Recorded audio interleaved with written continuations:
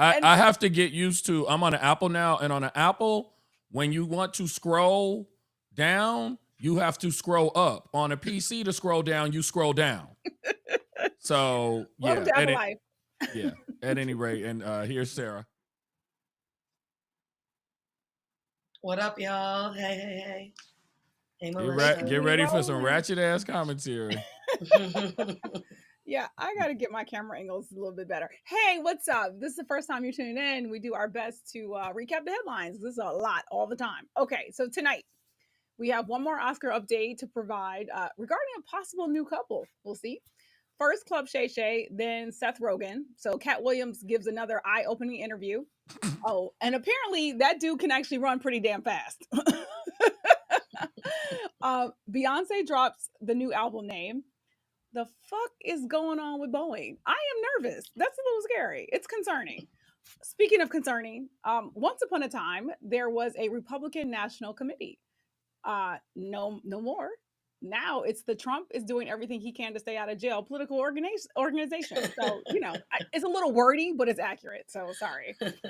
Robert Hur was on the Hill this week answering questions about his report on Biden's classified documents. He was taking hits from both sides, serves him right. Colorado Rep Ken Buck said, fuck it, I'm out. He's like, I can't take this crazy shit no more. Yep. So the GOP loses another member in the House. I see a Speaker Hakeem by maybe July at this rate, maybe. And also, speaking of Congress, a bipartisan vote was passed to ban TikTok. They clowning, okay? Oh, and I do have to, this isn't on the shelf floor, but I have to briefly mention some Kate Middleton shit because it will not stop. Okay, all right. Hi guys, how y'all doing? Living. Okay, all right. I learned something new about myself. Now, y'all know I basically haven't been drinking for almost, I think it's been 2 months now, which is a good thing. But I slowly started smoking weed again, and I used to start smoking weed during the day, like around noon or whatever. Like I just was I could do it casually throughout the day. I have learned that I can't do that. If I smoke weed between 12 and like 5 o'clock, the rest of the day I'm just like, fuck it, I'll just do it tomorrow. I mean, that's it has to be a nightcap for me, like, having a shot of brandy or something at night. That's the only time I can smoke it, when the day is over. I know that's for me the only time. Like, I've never even attempted to do it earlier in the day because I know it's a wrap.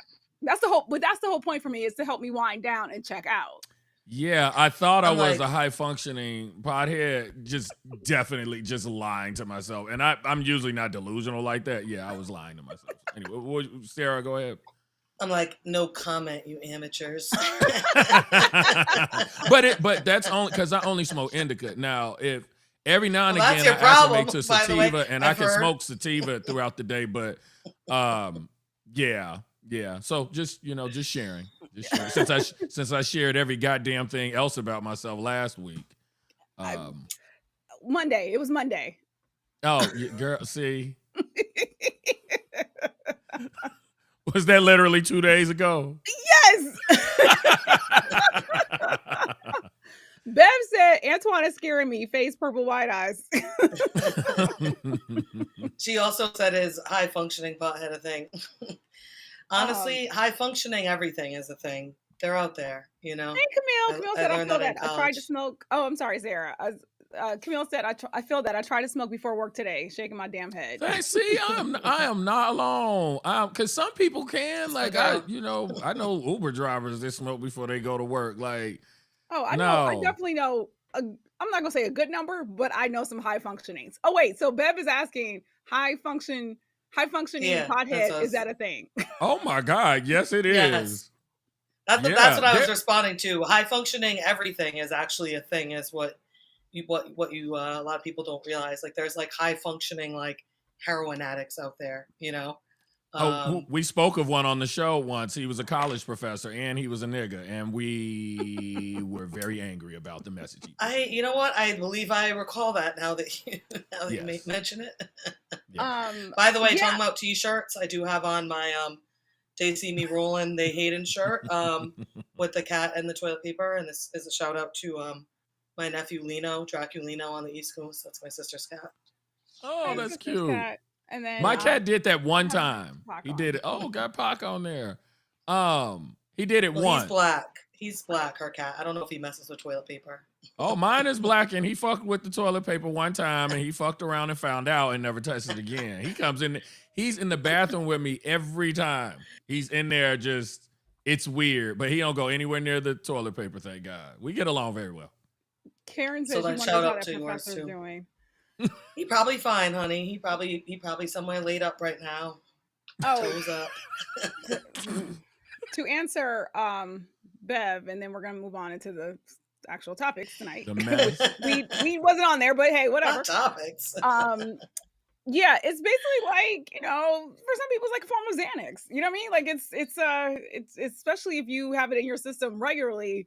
Heroin or weed? Weed. Okay, girl. I need you. Look. Fair. I know very little about heroin, so I'm like, I really can't speak on that. None of us do. What the professor told you. Yeah, I ain't never done heroin. Yeah, that seems not cool. So, all right.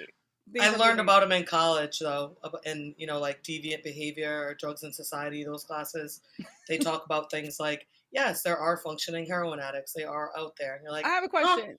Did you have a class? About that. Did you have a class called Deviant Behavior, or was it called something? I had a class called Deviant Behavior, and with the same professor, I had another class called Drugs in Society. Okay, the second title I get. The first title, Deviant Behavior. I'm like, what class is this? I might have been like, oh, Deviants. I love both. I would have taken both of them. I took grades. A women's health class, which, oh my God, like and I need more of your brethren to take that class. And like, yeah, it was because check it for us like that, and you know more. Yeah, because it got to a point where female friends of mine would ask me questions about stuff, and because I remembered everything, because that class fascinated me. We had to watch multiple childbirths. Like we had to sit there in class, look at this gigantic screen, and see the process.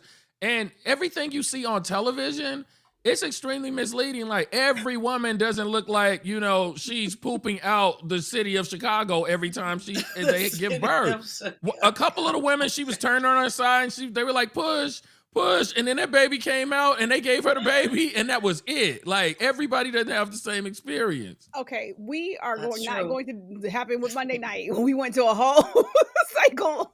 It's educational. It is. I'm absolutely. No problem. We're gonna have to set aside chatter time. Yeah. Preamble. Oh, Tony said microdose professor still at Columbia. So hey, thank you, Misha. Living his best life, I'm sure. That's what I'm saying. He's fine. We will have to have a segment just about health and sex education and something. So we'll get that sorted out. Oh, okay. We'll make it a Q&A. So we'll tell people the week before to prepare their questions.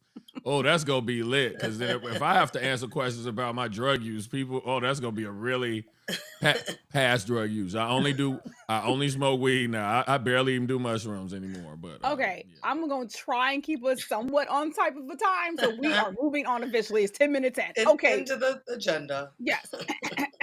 See, you're welcome, Bilal. All right, so I just had one more one more Oscar update because. Look, I mean, if you want to or not, Kim's Kardashian's dating life stays a topic. So, hey, here we are. All right, so the rumors have been floating around. And, of course, TMZ did what they do best, which was stalking motherfuckers night of the Oscars. So they got some footage of Odell and Kim at Beyonce and Jay-Z's Oscars after party, which is at Chateau Marmont. So if you're not familiar, it's old school, vintage, exclusive Hollywood shit, whatever. I mean, we could go in there, but... it has some, when there's a party like that, no.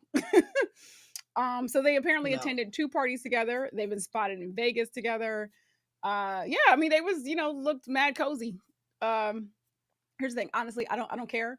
I do think she should definitely try and keep this current situation a little tight, which it seems like she is trying to do. Like they haven't been seen like kissing and all that stuff. They've just been seen kind of flirty and like cozy, but also, and y'all, curious because I'm like, let's see if Ye talks shit about Odell, right? Like clearly Pete had him even crazier than usual. Pete had him crazy because of them, foot long dick rumors. That is why he was upset about Pete. Yes, I agree, Antoine. In the past, she has dated 2 other football players and she married a basketball player. So I just want to mention that. They stay in the spokes, but not in the way of the people, dude. Hey. Well, let's not gloss over the fact that, what was more shocking was that they were invited to Jay-Z and Beyonce's party. That's what I was more shocked by. I still believe, I stand by this, I believe that Kim and Beyonce are friends, and they know that they cannot publicly be friends because people wouldn't understand it. I think North and Blue probably know each other and hang out, and they're handling it. It's probably the best way to handle it because you don't want all that attention on the kids. People are obsessed with those kids. Yeah. Northwest is dropping an album. I don't know if anybody... I saw that. I saw that headline. I was like, we already got too much shit on here, but I did see that headline. Yeah, and Kanye's single, I didn't even know. It's called Carnival. It's #1 in the country. It's got a bunch of other artists on it. I wasn't even aware of it, but... that don't mean I don't like it. I haven't heard it to not like it. My ear ain't to the street when it comes to rap music these days. But yeah, they said she's picking. They said she helping to engineer the album. She picking beats and shit. I'm like, okay, North, I see you, girl. I mean, look, Blue Ivy is Beyonce's manager, so these kids is doing the damn thing. I do want to know. The way. Go ahead, Sarah. I was just gonna say the way that I be trying to avoid the Kardashians, and so. When I was reading this article, it was way more salacious in my head because I spent a little while thinking that this was like Chloe's ex that she was now dating. I was like, damn, no loyalty, loyalty for the. Don't care. And so I kept waiting for them to no, not that one.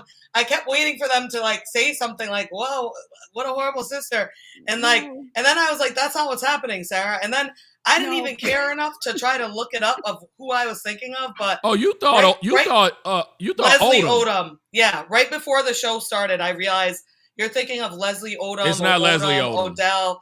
See, that's the thing. It's a different Odom. Lamar Odom. Thank you, Lamar. Yes. Yeah, the one who said the one who said their asses are disgusting because they can't wipe them because they're so big. It's almost like those were 2 different people to me too. Because I knew there was Lamar. So I thought that was the same person. I don't care enough. So yeah, I was thinking of Odom instead of Odell, and I was like, there's so many other athletes. You can't just doesn't your sister have a kid with him or something? How are you gonna date your sisters? Oh God. Yeah. But yeah, and then I figured it out. You know what I mean? I figured it out, but I just don't care. Odell is cute, and to me, he's more her speed because he's fun and bubbly. Some of these other. Antoine, he's also been called a bad bitch. With his gear. I know why they say that. It's because he's put together when I don't believe it's true at all. But I mean, I agree with you. He's a metrosexual though. He cares a lot about what he looks like. Yeah, and I'm more so leaning into that. So yeah. But I mean, all of that to me. That to me would be a better fit for Kim than all the other guys that she's dated because Kanye was extremely controlling. Not to mention was she married twice before? She was married to one of the 3T niggas. Then she was married to the basketball player.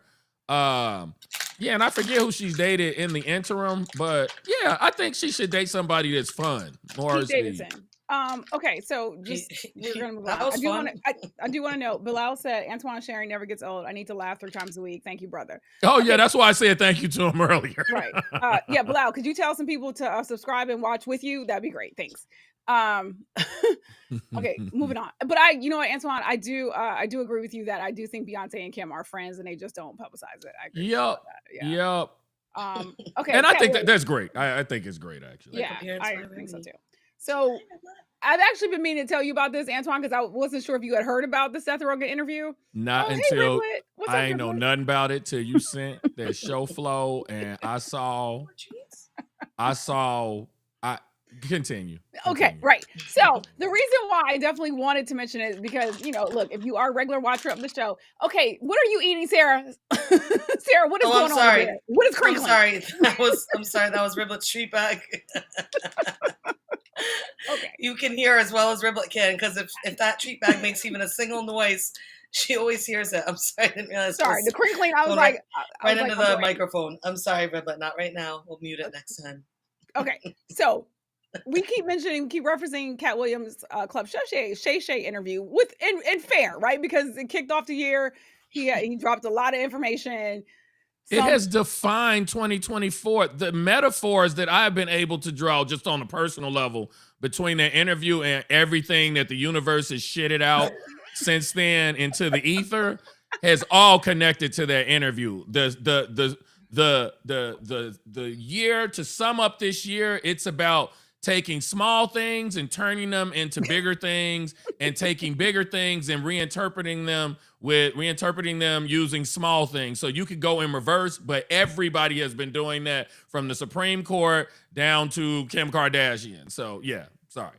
So because we do keep referencing, I was like, I need to also note that he did an interview with Seth Rogen that had a slightly different tenor to it. So coming off his tour de force interview with Shannon, also, I'm sorry, as a side note, and I think Antoine may agree with me here, Sarah, I don't know, but the Roots writers are a little shady. They're like, they're a little shady. Are. Right? And I feel like more than a few of their articles have like a tone, which have me questioning like how definitely old are you? do. Because I think my thing is, I'm okay with shade as long as you have receipts. Don't sit here, just like the Oprah one. They basically were like, who gonna tell Oprah to sit the fuck down? So Oprah was on blah, blah, blah, and she keep telling people to do whatever, and she needs to just let people do blah, blah. I'm like, where has she hurt anybody? Where has she misled anybody? She's pivoting. Everybody pivots. When new technology comes out, you be like, this works better than what I've been telling y'all. Right. So there was nothing to support their opinion in that article. That's what made me mad about it. Well, it's the tenor of some of their articles. Like I said, makes me question: A, how old are you? What is your lived life experience? Because I'm not sure. And then that whole calling Oprah auntie, like Oprah wasn't auntie to us, and we didn't use that term then like that. But no. I'm just like, there's a different relationship. But on to this. So, sorry. So the Joe Rogan interview. Okay, a couple of themes from that one. So the government putting fluoride in the water and it's killing us. So Katt said the federal government's doing this because of a conspiracy to shrink our pineal glands, which controls your sleep cycles. Is that accurate? Yeah, it's also your pineal gland is, if I'm not mistaken, that's supposed to be they call it the God spot. It's connected to spirituality as well. So that's what they probably were alluding to. Okay. He also mentioned the aliens built the Egyptian pyramids. And I quote, if you look around the world, you see certain telltale signs that show you advanced machines were in use. Also, there was more Illuminati talk. And quote, that's why I can speak with impunity about the Illuminati, because I know who would have to be. I know who you would have to be in order for what I'm saying to bother you. This shit is crazy. Hold on, wait. I know your big secret. I know you're not the Illuminati. I am. And as the author noted, it's kind of like Fight Club, right? Like if you're in the Illuminati, you're not supposed to talk about being in Illuminati, but whatever. And then he also mentioned transgenderism connection to Satan. So you go first, Sarah. A mess.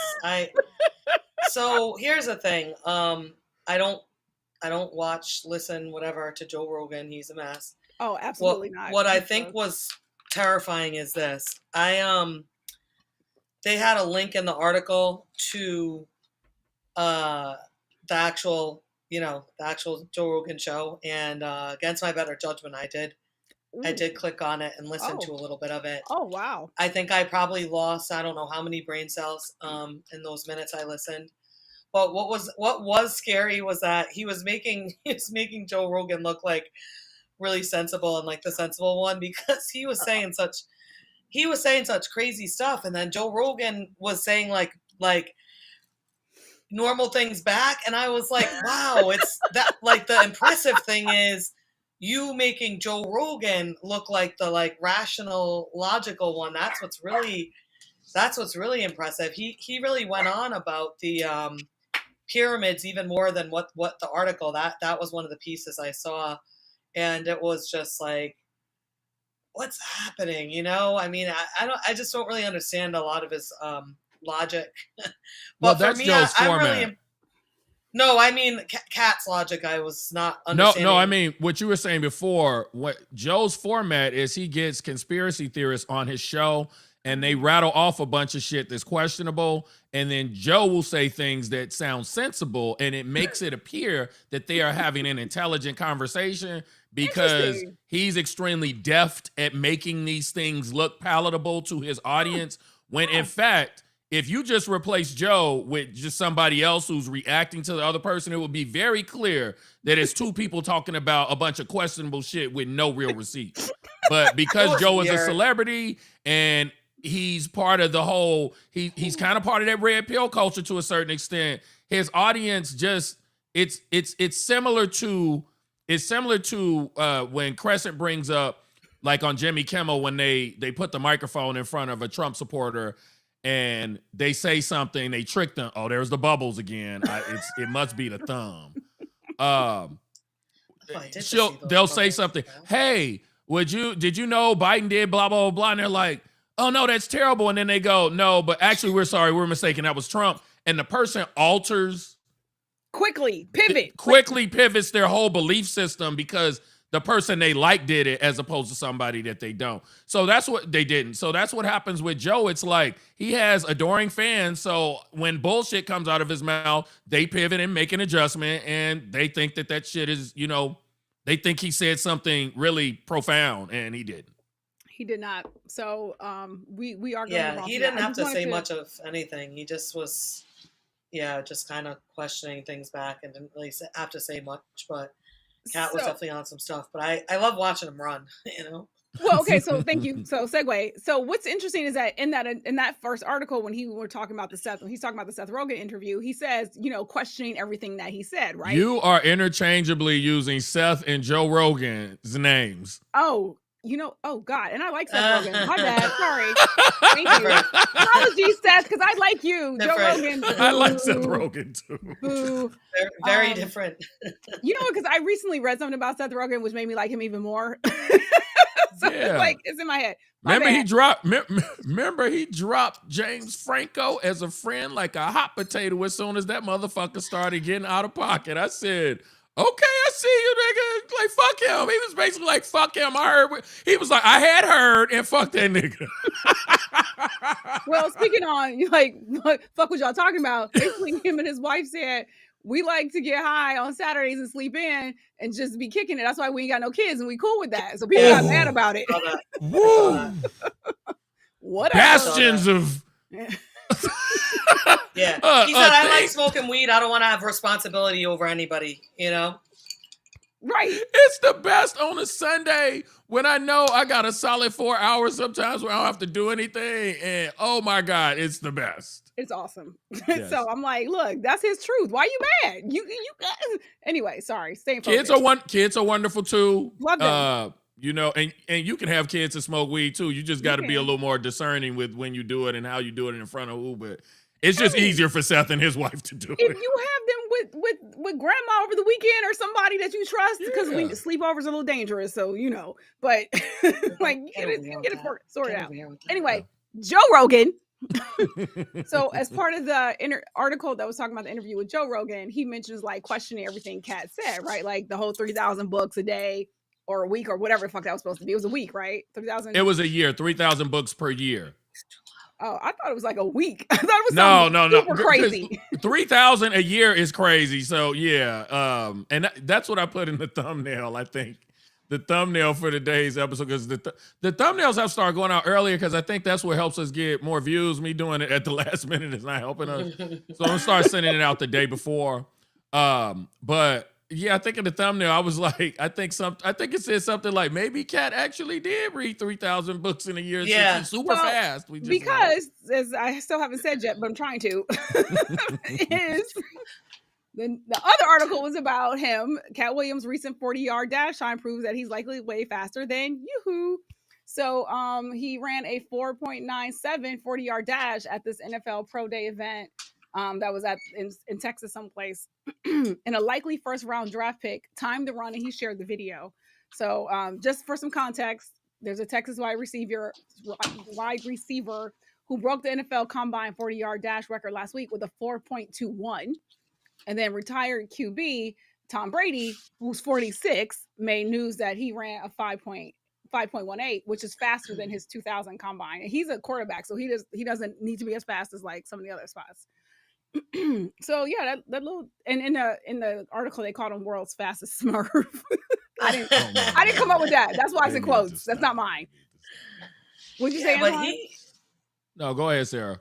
No, I mean, I'm just saying, he whether it's the 4.5 or 4.97, it's like he did do that though. I mean, I give him props for it. I think it's hysterical. He one of them little fast ninjas, you know what I mean?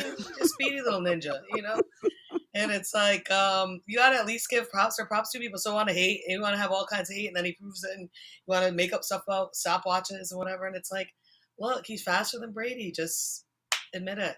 I'm gonna hate a little bit here because when we hear about motherfuckers breaking records and shit, it is done by an official authority. I don't want you and your friends at a track pressing buttons with your hand talking about you out here breaking records. I don't deny that he's fast, but he didn't break a record. They said no. I know, but no, the number is that means he's really, really, really fast. Yeah. Okay, but wait. In fairness, there were 2 stopwatches, and he took the higher time because two people ran that at the same time. He could have said the lower number. He could have done an average. He said 4.97. That was a higher time.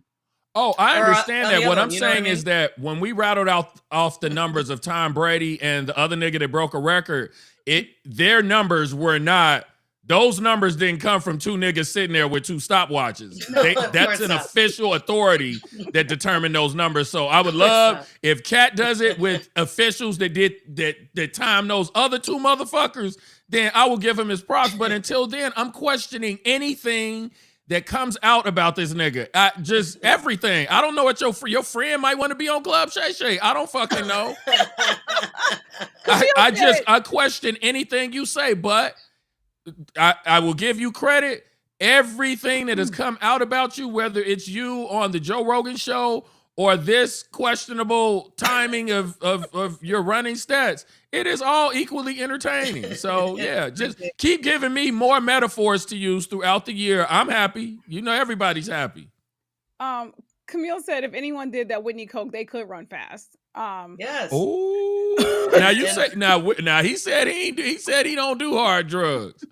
He said he did not do hard drugs. Real quick, Vlad just did an interview with Michael Blackson, and I only saw a clip of it, but Michael Blackson is basically, they're basically saying everything that we've been saying thus far. Vlad is like, yeah, like everything in the interview was a lie, but it was entertaining. And Michael Blackson is like, yeah, 3,000 books in a year, went straight to that part, because that was the first thing I questioned. But he actually said it was good for the culture because everybody ate off of it. Everybody's audience numbers went up, even though everybody had to respond. It kept everybody's name in everybody else's mouths, and he said ultimately it probably was good for everybody. I thought that was an interesting perspective on it. No, I would agree with that. Also, Camille's on a roll. She said, I work with people with substance abuse, and they would all say they're fast. You ever run from a dealer? That's my girl. What up, Camille? Hey, Camille. Yeah, that is funny. So in country music news, Beyonce reveals that Cowboy Carter is the title of her upcoming album. I didn't love it at first. It's kind of sort of starting to grow on me, like a little bit. I don't know yet. I don't like that title. I'm not. Yeah, it's. I don't know. Call it Southern Belle, Country Bitch, something just real, some real country. Like you got the gold tooth in your mouth, you're chewing on some motherfucking rice. I don't know. But we'll see. I'm sure. The music has been fire, so just because I don't like the title, because somebody else has some of these, it's people with like names that they're using now I'm not crazy about, but that shouldn't take away from the substance of whatever they're putting out. You know, I still have full faith that the music is gonna be like on fire. That I'm gonna be trying to figure out an OnlyFans account to buy some tickets. So I still have full faith in that. March 29th is when it's coming out. I sent them what turned out to I think be a fake track list. I think hate the Beehive. I was like, yo, what the fuck? Because I got really excited about some of the track titles, but we got. Yeah, I just feel like based on Renaissance, I think she's gonna continue to push the envelope in terms of collaboration. Yeah, and there was I don't recall seeing one feature on there when I feel like particularly with it being country music, she's gonna have a lot of features on it. So I just is that you doing that? Yes, I'm sorry. Sorry, I'm so sorry. I'm like, girl, keep your hands off the graphics. My bad. Sorry, I'm having some production issues. Sarah, you about to say something? Oh, for me, I wondered if she was trying to, be like my sister, because she will make her students sometimes call her Coach Clifton. I was like, this is Cowboy Carter. I'm like, there you are, trying to bite my sister. No. I feel like Beyonce, she's always making a statement, right? Trying to make a statement, right? Making a statement. She could have made it Cowgirl Carter, right? But she made it Cowboy because she's like, I'm not even playing around with this gendered stuff. I'm like full on cowboy. I'm not going to be a cowgirl. That was probably too, girly girl, following the norms for her. She went, full in for the Cowboy Carter, cowboy up, For me, like I just came back from a conference in Houston. I went to the rodeo last Friday. Wow. Yeah, I got a free cowboy hat. It's white. It lights up. It's like I almost should go to the next Beyonce tour just because I already have like a white / silvery embellished hat with light ups on it. If it doesn't die before then, that I could like wear to the concert. I already have my cowboy hat. I'm ready to cowboy up. I mean, I might have to borrow that if we don't go on the same night. So, yeah, I still got to fit my fat ass in some tight jeans. Beyonce, can you get? I need the date so I have a deadline. Because even though I keep saying I'm not giving this woman no more of my money, I'm sure I'm gonna end up giving her more of my goddamn money. Yeah, can you give us a break at least? I just paid off the last ticket. Okay. Just paid it off. I mean, I don't think I have paid off that credit card yet. I was like, let's see if I can still get in these little jean shorts for the rodeo. Yup, I did that. Yup, squeeze right on into those. Really made some people's nights. Oh, real quick so the Dolly Parton thing. Dolly didn't say that Beyonce's covering it. What she did in the interview, somebody asked her about Beyonce, and she said, I love Beyonce, and actually, I really want her to do a remake of Jolene. I think it would be incredible. So based on that, everybody is running with it. And so on the playlist that we saw, the track list that we saw, it basically showed that she was doing a song that would have been a variation of it. Because, artists there's the bubbles again. Artists today, a lot of times try to put their own, sauce on it. So on the track listing, it didn't say Jolene. It said, Take Your Man. And then in parentheses, it said Jolene, which would have meant it's probably an interpolation of it. Yeah, but we think that track list was fake, so we can't. No, that's what I'm saying. It is fake. It is fake. Right. I think that's why I think the person that put it together, they put a lot of thought into it because I believe it's more likely that Beyonce's doing an interpolation of Jolene rather than a straight up remake of it. But we'll see. Yeah, what Dolly said. Hold on, Sarah. What Dolly said is, well, I think she has. She said, I think she's recorded Jolene, and I think it's probably going to be on her country album, which I'm very. excited about. Stand corrected her. Where did she say that? She said it recently in a because I saw that circulating. I think a recent interview. Sorry, y'all. I ain't know what the fuck I was talking about. I stand corrected. That's fantastic. Yeah, because the people were circulating that because they were really excited about it. Because the interview that I'm talking about, it's not a recent interview. It was done a while ago. So yeah, that's great. Yeah, because this had a bunch of. Sorry, I was just trying to like figure it out, but yeah. Anyway. Well, and cool. Thank you for clarifying, Karen, because to a lot of people, PBR is just Pabst Blue Ribbon. So that's what it means to me. Professional bull riding. I needed that clarification because. Yeah, and I thought I also saw something about licensing, but whatever. I can't find it that fast, so it is what it is. Moving on. Yeah. Anyway, I was gonna say it looks like she's having fun, so I love that for her. Yeah, that's all that matters.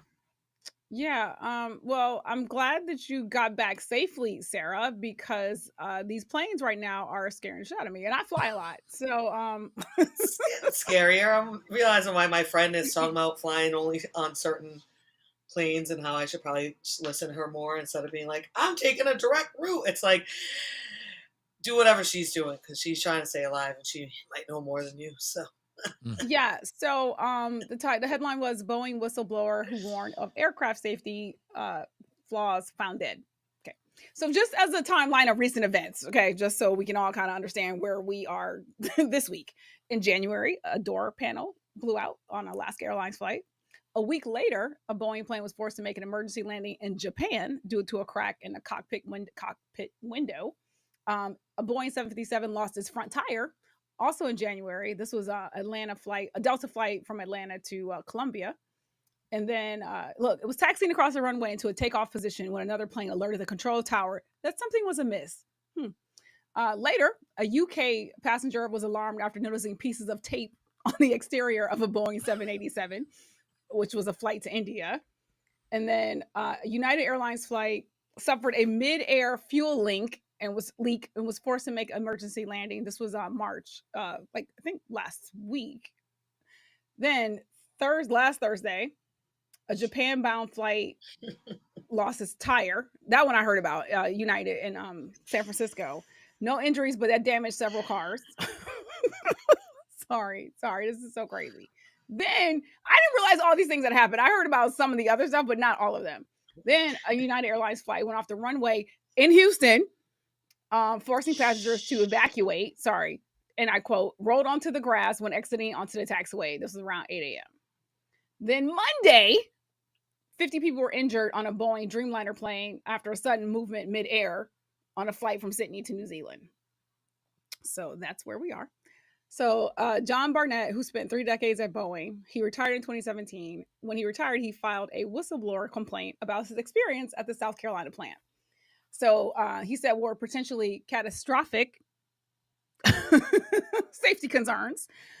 He launched a separate legal action against Boeing, accusing them of disparagement and harming his career. So that's actually what he was in town for, was a deposition for that case.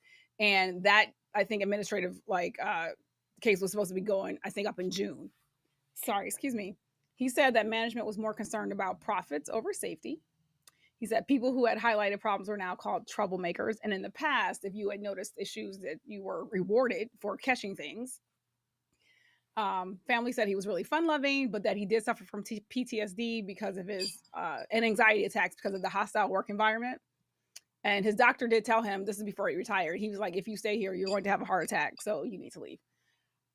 New York Times interviewed him in 2019 with regard to some safety concerns. And he said, and I quote, I haven't seen a plane out of Charleston yet that I'd put my name on saying it's safe and airworthy.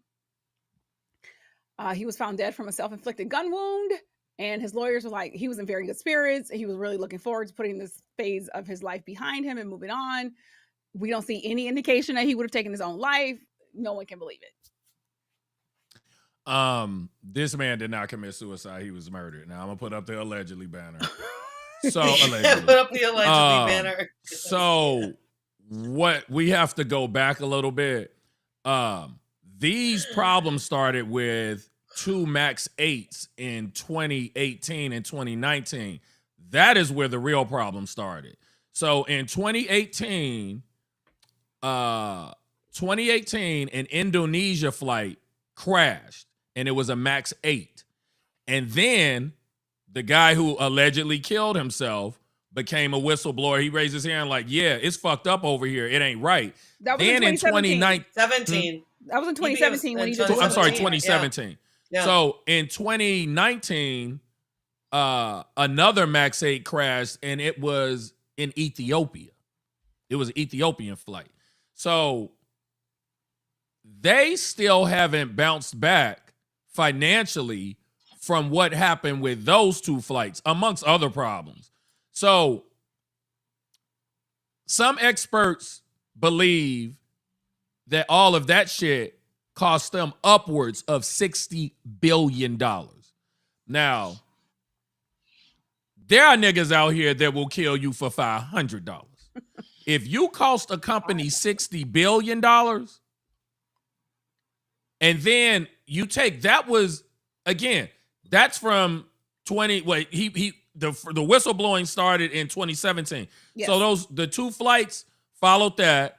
Then they're still reeling from that. And then you have the latest shit where, the fucking doorways are flying off and all this other crazy shit in midair. It's dropping 50 feet, 500 feet, people hitting their heads and shit. Don't nobody know why it's happening. Tape and shit, boats missing. They're failing inspections. They said like one time they had like 30 some odd failures out of 90 different points of inspection.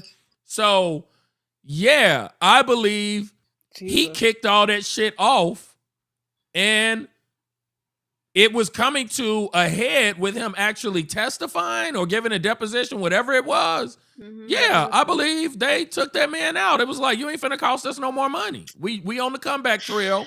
We had a minor setback. I don't know, a doorway flying the fuck out of nowhere. That's not a minor setback to me. Well, everything that I just listed, sorry, Sarah, everything I listed was since January. So yes. Like 6-7 things that I didn't know about. Sarah, you about to say? It was a little like Lifetime movie on the nose. I mean, like, he's in town to testify, and he just suddenly like commits suicide, like, just right before he's given damning testimony, like allegedly banner, but like, yes. I'm sorry, it's like that. What a weird coincidental, because he went all the way. He got a hotel, and he got a plane ticket, and he flew all the way there, and he had like a pedicure booked the next day, whatever. Oh, he got all the way there, and you're telling me he decided like that was the moment, like he been in therapy, he been showing me, he been handling it, and you tell me that's when he decided.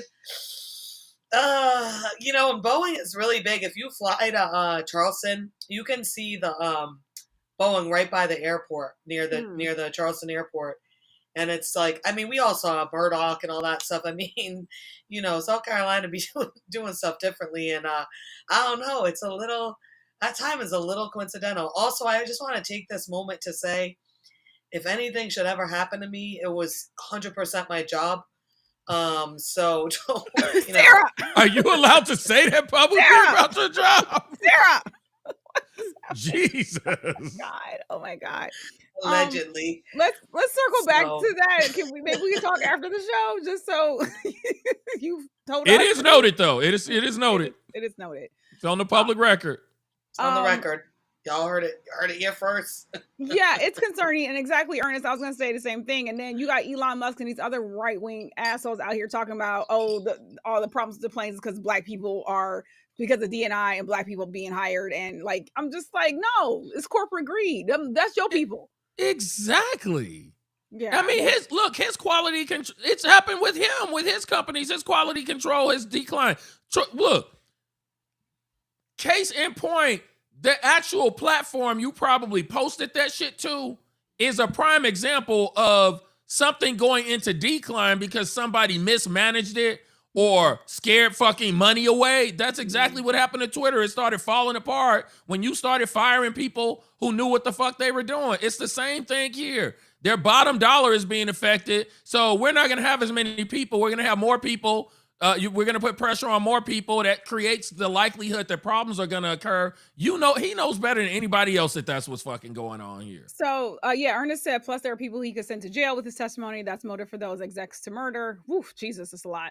Also, I just want to shout out my cousin in the chat. What's up? Hi, cousin. What's up, fam? What's up, cousin? So, and I know John Oliver did a segment on Boeing. I just haven't watched it yet. But yeah, thanks for the reminder. Yeah. I don't. Yeah, they try to blame black folks, but the whistleblower was a white man, to be clear. Okay, so, but I also, look, since he's no longer with us, I think I can go ahead and speculate this. It probably didn't help because I'm speculating he was family, and that doesn't help. Oh, really? Well, you gotta explain family. Not everybody knows what family means. Well, when I say family, it means if you a dude, you fuck the same people that I fuck. We'll put it that way. I think he was a homosexual, and for some people that makes them even more angry. So yeah, I think unfortunately, and I don't know why this didn't happen. When he started, now that I called the man a homosexual, me calling him a whistleblower just allegedly don't sound right. And we gonna keep it going, but no, oh my God, I just caught that. Keep going, but we you did it. I believe that when the fact that he was a whistleblower and then 2 planes crashed, over 350 people died in those 2 crashes. That is when the government should be putting him into witness protection. I don't know why they just acted like that wasn't a big deal. He's a big part of the problems that this multi-billion, one of the biggest companies on the planet. I don't know why they just... Antoine, those 2 crashes where people died, where were those? What planes were those? It was Indonesia and Ethiopia. Those were the 2 flights. Oh, well, of course. Yeah, right. So, like, our government is like, what Americans, I mean, or it might have been 1 or 2. You know, I mean, it's trifling. It's horrible. It's terrible because that's where racism becomes just fucking stupid. Okay, so people of color died, but guess what? White people ride on the same planes that went down in those 2 flights. So that's when racism, you start risking your life to hate niggas and other people of color. That's just stupid. But that is America, right? Like, y'all keep spiting your nose, save your face, whatever that damn expression is. Yeah. Biting off your nose to spite your face. Whatever. Y'all keep playing yourselves because y'all don't want us to get some benefits too, okay? Like, we could all rise together, but you're like, nope, can't help the niggas. So, like, absolutely not. I think, and probably, maybe, and this may speak to why he didn't end up in witness protection. Me thinking he's probably family. He doesn't have kids. He's not married, as far as I know. So maybe because he didn't, maybe that's part of the reason. I almost think that if he was married with kids, they would have put them in the witness protection. Like, this shit is crazy. No. To just have him out here. I even wonder, with him awaiting whatever it was he was contributing to, whatever the legal aspect of all this was, I wonder if they were monitoring him. Like, do you have an officer there protecting this man? Like, billions of dollars are at stake, and you putting him up at a fucking Motel 6? Like, this shit is stupid. And it speaks to Boeing is a multi-billion-dollar corporation. Guess what? They have influence. They have political action committees. They have people out here that, that can affect policy because they contribute, I'm sure, to political campaigns. What was the big thing? Citizens United. Now everybody can just pour all their money into whatever they want to get, to get the benefits they need in order to keep making money, putting as much pollution in the air as they want to. So yeah, I don't like this. Go ahead, Sarah. They offered him witness protection in like Guantanamo Bay. You know what I mean? That was the witness protection they had waiting for him. They're like, too much money. We need to kind of, get rid of this over here. And Kristen, it's a weird phrase. I learned this a long time ago. Cutting off your nose to spite your face? It's like don't cut off your nose or bite off your nose in spite of your face. It's not spiting your nose to save your face. It's cutting off your cose. That's what I said. I said it's cutting off your nose to spite your face. Yeah. Kristen put a different thing. No, Kristen put what I said the first time, which was completely terribly wrong. Take it with a grain of salt from the horse's mouth and move the fuck on. Yes, I'm the horse. It's my mouth. That's right. No. I said it completely insane, upside down, inside out. But I'm like, I know it's cutting off your nose. Exactly. Don't. Yeah, I've always heard cut off your nose to spite your face. That's what it is. I just it's a lot going on, and I'm trying to move us along. Yes. Everybody's got it. Don't cut off your nose. Correct. We know, militia. We got it. Sorry. Okay. Moving on. See, now I'm like, where are we at? All I know is I got a lot of flights coming up, and these people need to stop scaring me. And every time I come on the Madness Collective, y'all give me. I was on the last flight and I was going, no maggots, no maggots, no maggots, no maggots, no maggots. Because last time I was on with y'all, we were talking about maggots falling out of the damn air compartments and shit. And I'm like, I just need everything just to be cool so I can just enjoy my flights and my little flight peanuts and stuff in peace, you know? Well, I'm going to say I've never been concerned about maggots, but reading about all these flights and doors and tires, that is concerning. Super concerning. I think I started getting a little bougie when it comes to flights. When I went to Europe in 2019, light flex. I think I flew, but that flight, $400 round trip to Heathrow. Nice. $400, and it was on United. But yeah, I've been flying American and United for the most part. I think when I go to Chicago next, and this always gets me in trouble. Thanks, Mom. The last time I was supposed to fly to Chicago, it was with, it was either Spirit. My mom booked the ticket. Spirit? And nigga, did you say Spirit? I know. My mom booked the ticket and I got to the airport and they talking about your flight is canceled because of weather. And I said, every fucking other airline here is flying to Chicago but y'all. And then wanted to give me, flack about all kinds of other shit. So this time, my mom booked my ticket and we flying on Southwest. I ain't flown Southwest in 7 years, but Southwest don't use MAX 8s or MAX 9s, I'm pretty sure. So I think I'm good. I mean, in all these listings, I haven't seen American. I've seen United. I've seen Alaska Airlines. I've seen Delta. I fly American, so I'm not as paranoid, but, whatever. You just don't get where you're going. Sarah, Ernest wants to know if you're Canadian. I know, he keeps asking us. I'm not Canadian, but I'll tell you what. If Trump becomes president again, I retract that. I am Canadian, and I'll be returning home. Sarah, where are you from originally? Where'd you grow up? Not Canada, but I will go back to my homeland if things get to that point. And we're coming. Why do I have Rhode Island in my head? Canada. It's Rhode Island. Canada. It's Rhode Island. Yeah. It's Rhode Island. All right, here's the deal. My accent is it's like its own messed up thing because I'm from Rhode Island, but my parents are from the South. That's the problem. So I have my own made up accent that's like New Englander raised by Southern parents that wanted to beat you every time you dropped an R or added an R where it didn't belong. That's basically it. I'm sorry. Go on. Oh, it's cool.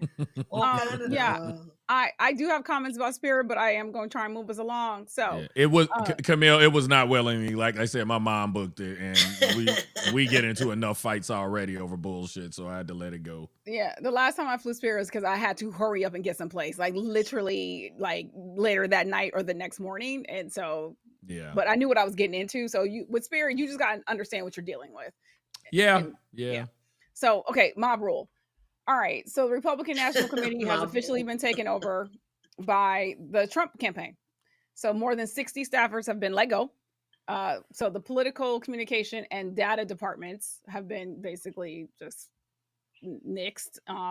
Some people were told they could reapply, and I think what's going to happen if you reapply, you have to sign a loyalty pledge. That's exactly what's happening. Yeah. So his daughter-in-law is now co-chair, which they've been talking about that. Right. Can I ask you a really quick question? Because I learned all that. How does your daughter-in-law have the same last name as you? Isn't a daughter-in-law a daughter from? No, it's one of the sons. No, the son married her, so she took the. She's married to Eric. Oh, okay. Now I get it. That confused me. So thank you. Okay.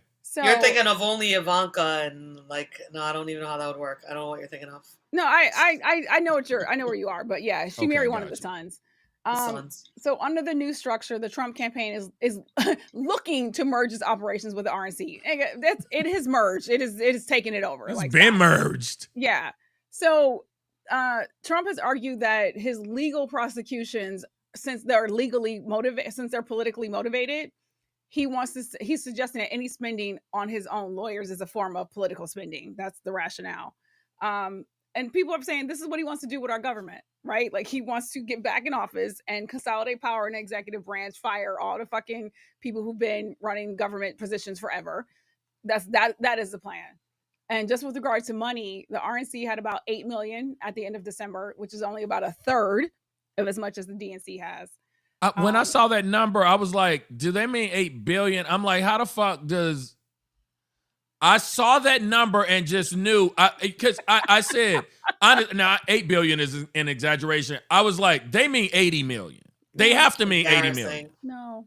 I couldn't believe that number. Yeah, it's low. Very low. Very low. Is it because they've been handling...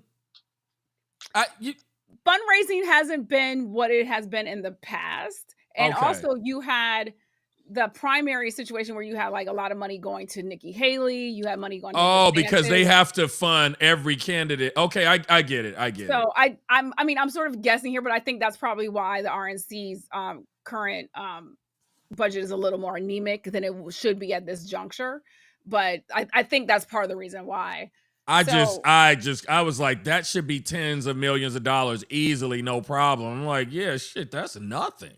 Well, and it's not clear exactly what's going to happen because you had like the Koch brothers supporting Nikki Haley. Not the Koch brothers. I mean, so there will be, depending if the big money people decide to go ahead and say, fuck it, okay, you're the dude, then monies will be going in. But what I'm about to get to is consequences, right? Because it's clear that monies that come to the RNC are going to his legal issues. Yeah. That is what's going to happen, right? So also what this means is there's money that's not going to go to other Republican candidates.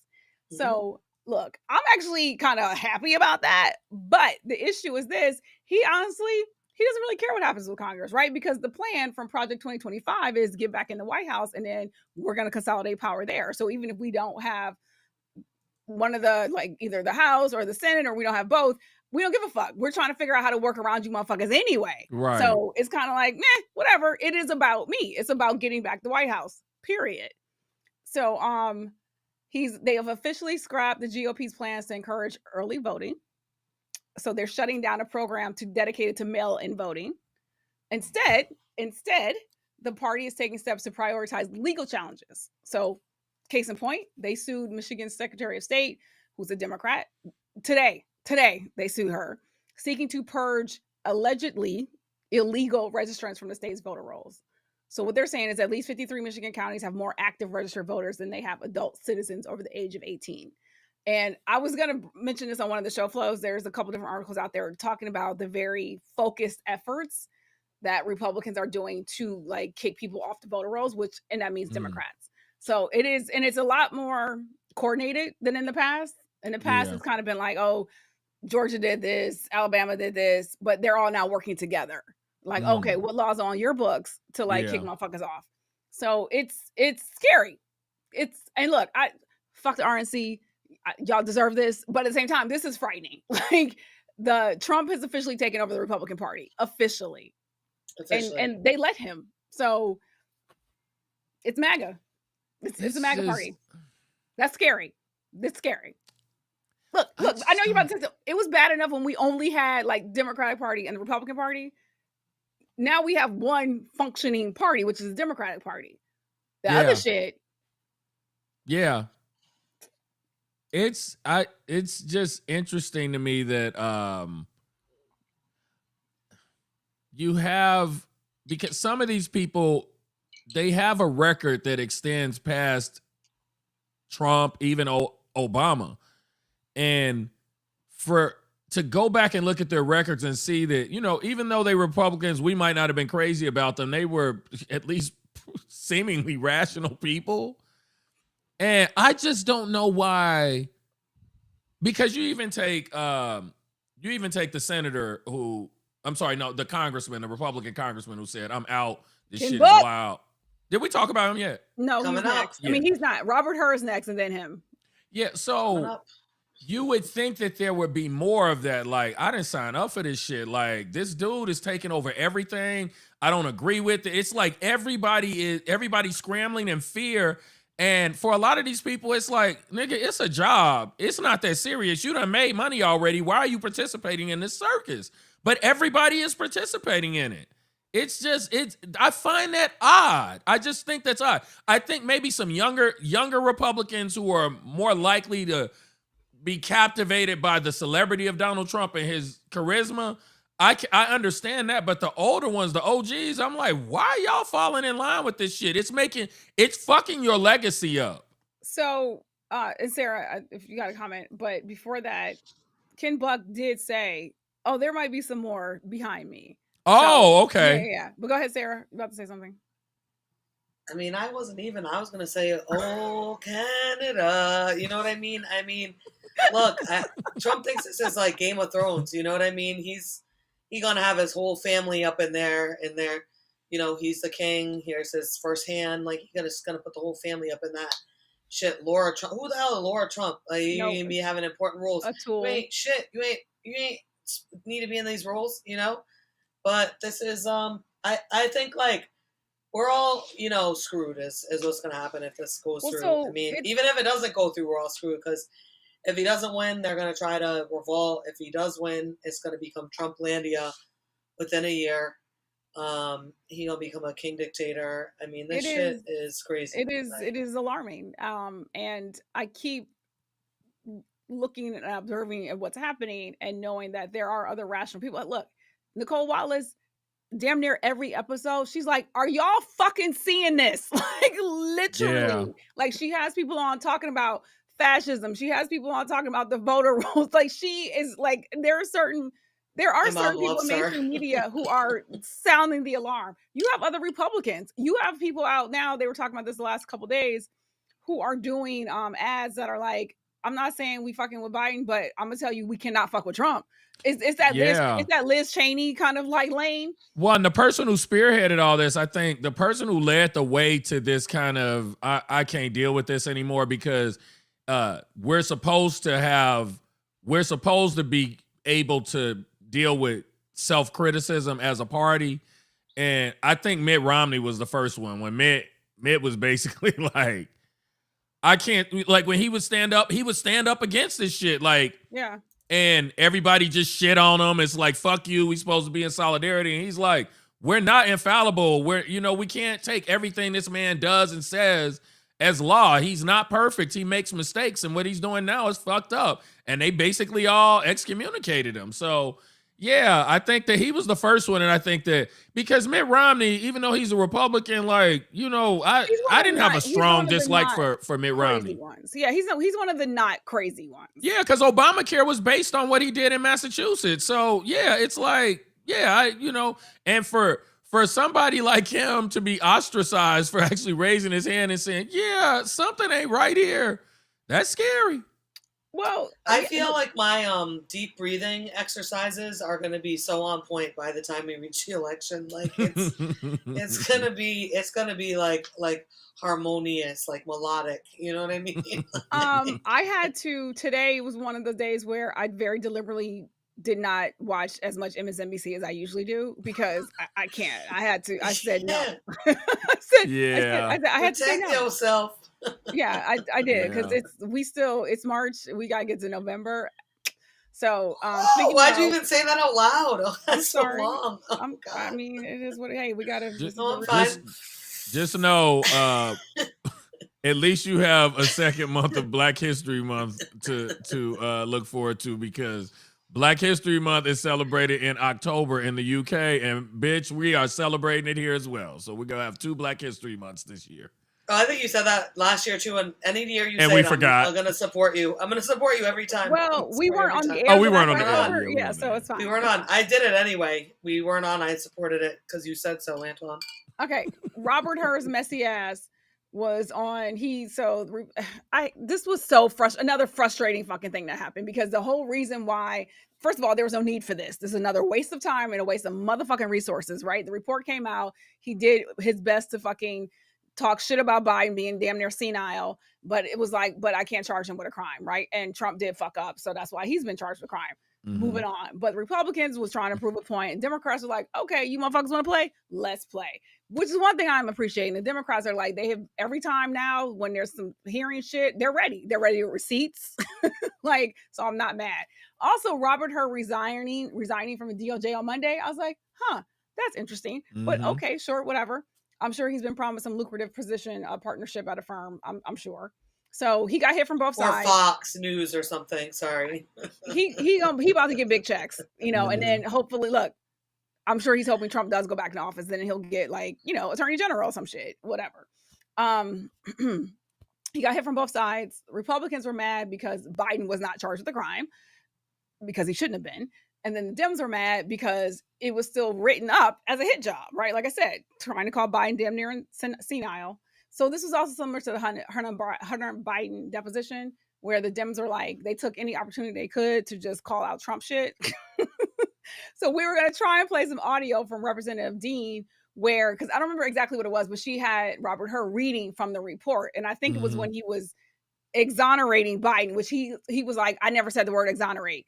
And in this exchange, it wasn't, he wasn't saying that, but he was saying what the difference was between the two cases. And so she's like, could you please read this passage? So he starts to read it.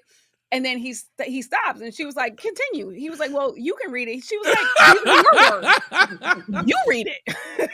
You read it, ninja. That exchange was so fucking awesome. It was. So, yeah. And then there was two other ones that I love. So Adam, our future senator of California, Adam Schiff, said, okay, he said, when you wrote a sympathetic, well-meaning elderly man with a poor memory, he was like, essentially, you're not an idiot. You know the consequences of words. And I quote from Adam, you cannot tell me you're so naive as to think your words would not have created a political firestorm. You understood that, didn't you? When you wrote those words, he said, he's like, that would be useful in a political, those words would have been useful in a political campaign. He was like, you are not born yesterday. You understood exactly what you were doing. Yeah. They came with heat, and I'm not mad. So, to be clear, and I meant to say this first, the difference of, look, I know people watching us right now understand, but hey, we get new viewers every day. So, hey, Biden and Pence had classified documents found in their homes. They handed the motherfucking documents over. They're like, oops, my bad. Here you go.